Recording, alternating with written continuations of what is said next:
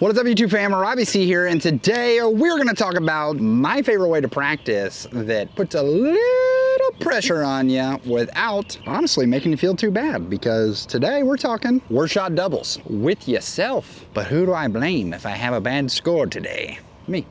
You can just blame me. That's fine. Before we dive in, we have to ask the most important question of the day. How you doing today, Ezra? You having a good one? So catch me if I fall.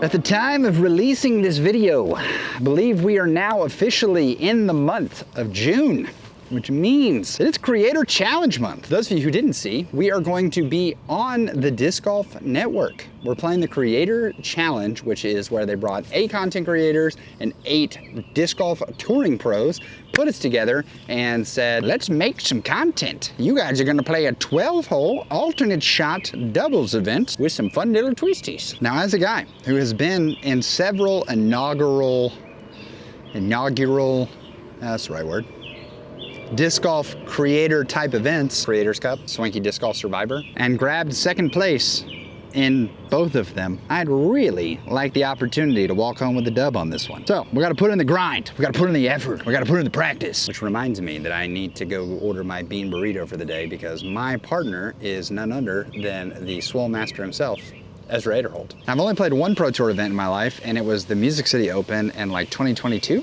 2021, and I certainly remember feeling some nerves along the way. But we thankfully met our goal. Don't come in dead last. And boy howdy did we try. We took an 11 on what was hole 17 at the time. It's now like hole 6 or 7 on the course, to plummet our way near the bottom. You guys have seen that we're doing the distance work and things like that. We got a video coming out next week talking about distance and what we've been doing to practice that, because we're gonna be heading to a field to do a practice session. How do we simulate pressure? How do we just try to improve overall? And I realized that what we're gonna do today is we're gonna be throwing some shots that are not necessarily Pro Tour length, but we're gonna try to put on Pro Tour nerves. And that is where worst shot doubles comes in. We're playing the front 9 at George Ward, and I'm gonna try to throw the longer pin that's available on these, but I'm gonna be playing my worst shot. And not only am I playing my worst shot, but I gotta make both putts. So let's see what we can do to get started. That's gotta carry over. Okay, got a nice little forward roll. That's great. We're gonna go with our other buzz.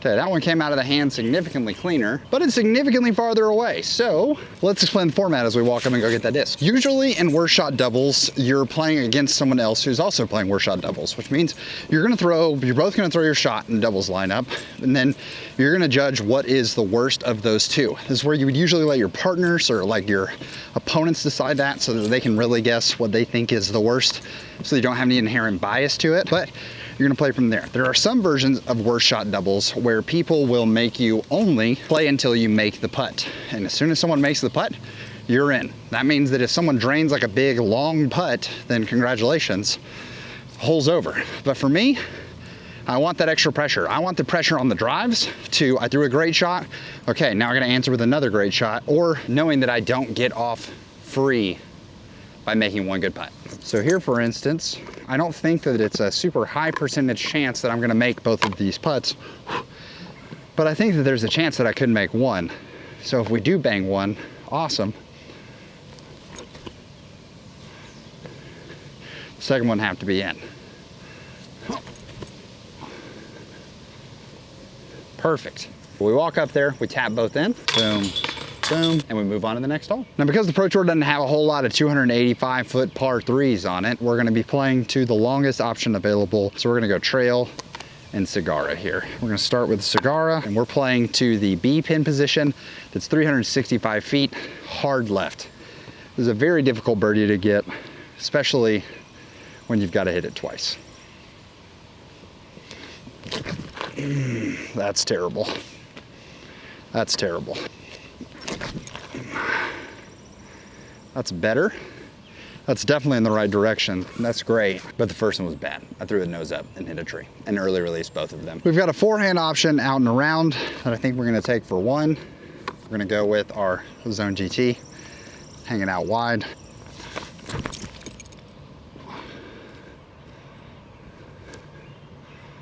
Okay, I don't know if you guys can see that from there, but it was pretty good. Instead of going a putter, I think we're gonna go a mid-range here on a decent amount of hyzer.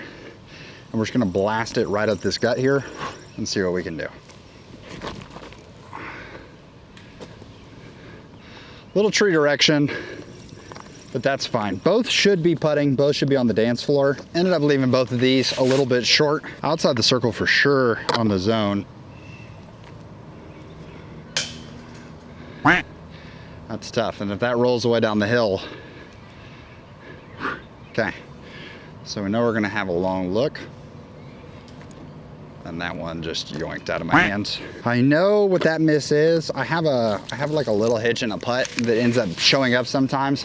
I've had it many times, but we can correct it. Now this hole is immediately showcasing exactly why I love this format. I think that practicing with worst shot doubles is such a fun way to go about things. The amount of pressure that we're feeling right now is substantial to try to make sure that we don't end up taking a double bogey. When you throw that bad of a drive, a bogey should be on the table unless you throw a phenomenal shot, because we're playing worse shot, we'd have to throw 2 phenomenal shots. And those could have been phenomenal putts, they could have been phenomenal up shots. The door was open.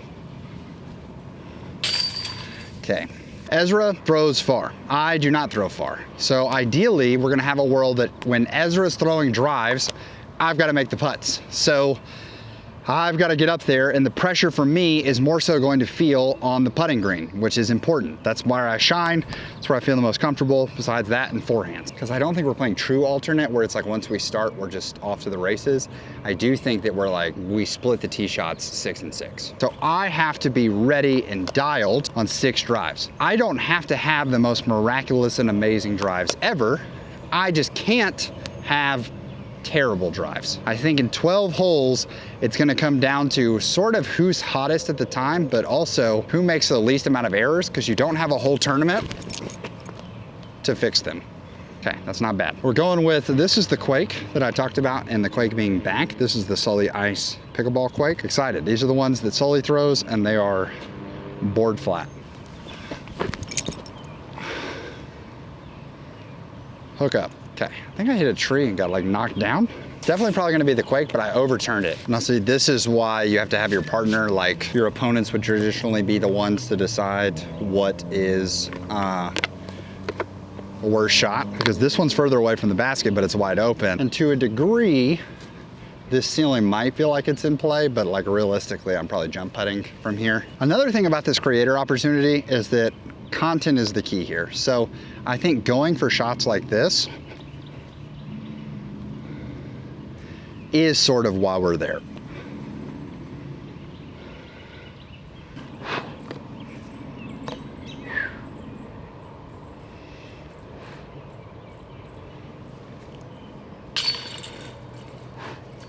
Okay, there we make one. And the thoughts are going in our head. We early released it again. Soft. So you step off, you think a happy thought.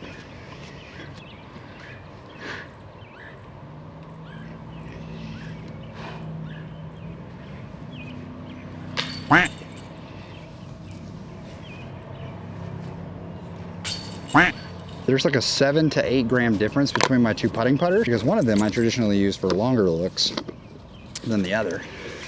And come back to bite us. We're 3 over through 3. Yellow finds itself up into woods. So the short basket is 217 feet away. This is about 250. So what we're gonna do is we're gonna grab straight pig as well as my A5. Part of me wonders if we just go ranged instead of the A5. No, I'll go A5 and try to swing it in and know that I can put it on a little bit of Anheuser and just yeet this thing straight. We yeeted it and we hit it, just not straight. It's just spraying kind of all over the place. That's really good. And we're gonna go felon and use that bladed edge to get the skip that we're looking for. Now I talk about my backhand woes on the hole that lives rent-free in my head for backhand in Birmingham. Well, Mr. YouTube man, let's see you slay those demons now. I prefer to play to the somewhat right side so that I have a wide open forehand out into the big open space.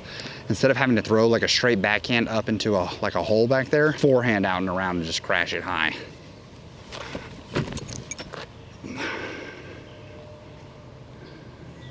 It's fine.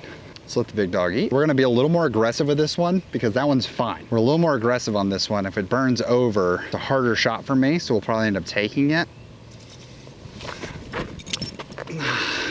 Not that burned over. Crawford, headwind. As soon as it came out of our hand, dude, that's tough. This is exactly what I was trying to feel, is that the wind out here, like, the wind out here is significantly different. The miss is straight. We can't go OB, there's a fence left. So we kind of want to just hold this straight. Off the fence. Yeah, it's not the right disc for this shot, dude.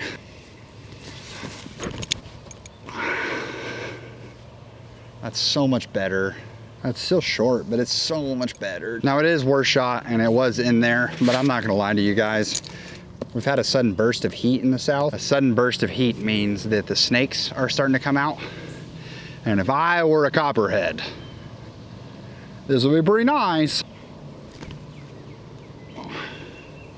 That's pretty bad, isn't it? This just can't be worse. It's definitely not worse. It's better. That's tough. That one was better. You're kidding me, Crawford. Well, this doesn't matter. We seemingly made one error that we just kept turning into more mental frustration, which led to error, because one bad drive, one fantastic drive, one bad drive. One decent second shot, one terrible second shot. One terrible third shot, one okay third shot. One okay putt, one terrible putt. We're gonna go with Cicada and Cicada here. We have the Z Sparkle from the foundation run, and then we have an ESP. Gonna try to rip it on some hyzer, let it stand up. I don't need it to get all the way there. That'd be nice. Or I can early release it and make it super hard on myself. I don't know why I cannot, I'm just rotating too fast. That's what it is. And if you smooth it out, it goes so much better. I'm like nervous about throwing a bad shot. So I'm back here and then I'm early popping, which is collapsing the pocket. And then I'm just, nah. Other than being OB, I don't know that there's like a worse place to be on this hole. We've pretty much brought every possible obstacle into our way.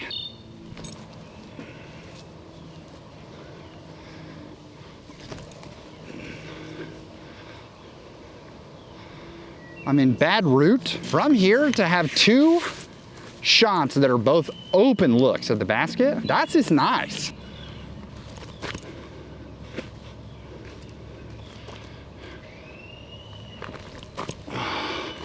Hit flat, that's what I just said. Okay, cool. From here, we're trying to get to the deep position. So going backhand here, we have to think about the fact that we're playing worse shot doubles. So we're gonna have to do the shot twice. And if we're too straight, it gets a little difficult to get into the back corner. We're just gonna throw two forehands out and around. And we're gonna go wide and let them fade back in for the opportunity to have an easier approach. Okay, that's one off to the races. It's easy, that's a jump putt up. Because it's gonna stand up more. We did it, guys. That's a jump putt up. This is where I get tempted to get cute. And one of my old approach shots before I like really learned disc golf was a tomahawk approach. So I like the idea of a tomahawk approach here to hit the ground flat and watch it just skid up to the basket. Yeah. Alrighty, we are going to the A pin position. It's 349 feet. We're gonna go cicada, cicada. I'm just gonna come over on them and know that I'm okay pulling over because it's a tailwind pushing it. So it's okay if I yoink it. Not that stable. It literally landed, actually directly behind a tree. Like comically behind a tree.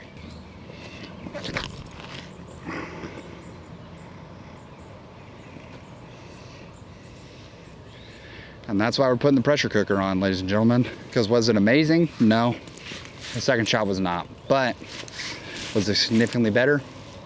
Yeah, it was. Backhand's just not good today. There are people in disc golf who are so bad at putting, and they're like really good at other stuff. And there are people in disc golf who are so bad at forehand. But the thing is that like backhand approaches are just lives rent free. And it frustrates me as much as it does everyone else out in the world. It probably frustrates me more that I just can't get this monkey off my back of like being such trash at backhands lately. Okay, it's a little short, that's fine. That's better. I wish I could quantify the fear and terror I have every single time that I'm on camera and I'm gonna throw a backhand. Well, can't wait to disappoint everyone, including myself, on this. It's just tough.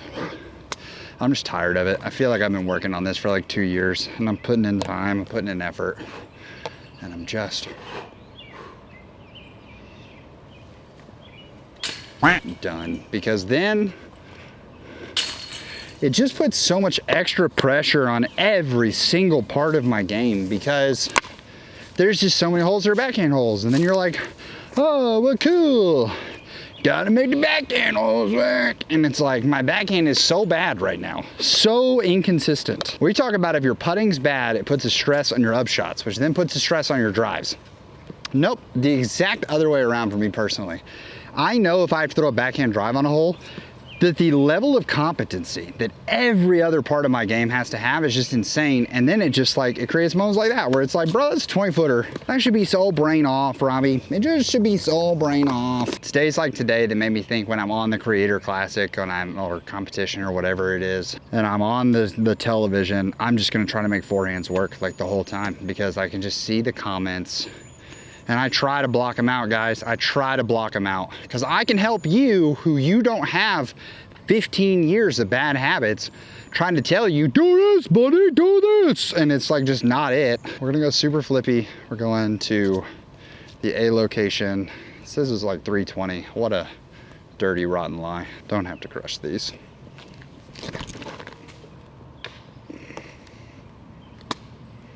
That was actually fine. That was fine.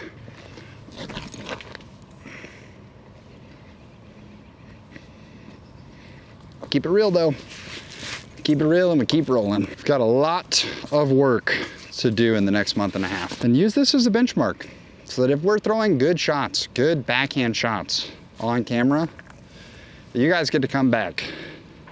Comment on this video, comment on future videos, comment on the live. Wow, a month ago he was throwing terrible and wanted to just quit the sport in the middle of a video that's designed to push you to your lowest. Well, ladies and gentlemen, welcome to Robbie C's floor. It's good to have you here. Early released it again.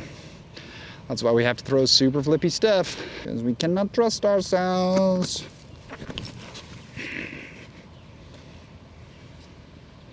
Alrighty, should be able to go chip, chip, putt, putt. Yup. Go back to the pressure cooker on the putting green one last time to see if we can keep ourselves from a bogey average. It's dark at times. It's heavy at times. If you're looking for practice, you're looking for the pressure cooker. It's hard to look at this round and say that we didn't find ourselves in it. Workshop practice doubles, I promise you. You're gonna be a better player on the other side. When you're like me sitting here in the middle of it, with your head hanging low, reminding myself of the outro mantra. An amazing day, make it fantastic for someone else too. And my hope is that me being down here, you see it happens to everyone. So if you get out there and you play your worst shot round, and you shoot well over your average. It happens. So here's to this month and a half for me, month for you. What are you gonna work on in the month of June? Thank you so much for watching. Hope you have an amazing rest of your day. Please make it fantastic for someone else too. But for now, we're gonna leave you with the birdie.